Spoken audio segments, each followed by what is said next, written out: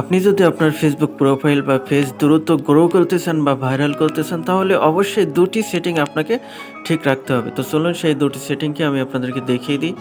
তো আমি আমার ফোনে থাকা যে অফিসিয়াল ফেসবুক অ্যাপটি আছে, এই অ্যাপটি আমি ওপেন করে নিচ্ছি। তো অ্যাপটি ওপেন করে নিয়েছি। এরপর উপরে দেখি যে প্রোফাইল আইকন আছে, এখানে প্রবেশ করতে হবে। তো এখানে ক্লিক করলাম। এরপর এখানে দেখুন প্রফেশনাল ড্যাশবোর্ড, এখানে ক্লিক করতে হবে। তো আমি এখানে ক্লিক করলাম। দেন একটু নিচের দিকে আসতে হবে। এই যে দেখুন এখানে যে ইনসাইট, এই ইনসাইটের পাশে দেখুন সি অল, এই অপশনটাতে ক্লিক করতে হবে।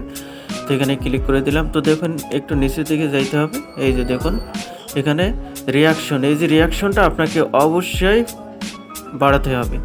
তো ১ নম্বর এই রিয়াকশন আপনাকে বাড়াতে হবে। এরপর রিয়াকশনের পাশে দেখুন সি অল, এখানে ক্লিক করতে হবে। এখানে ক্লিক করে দিলাম।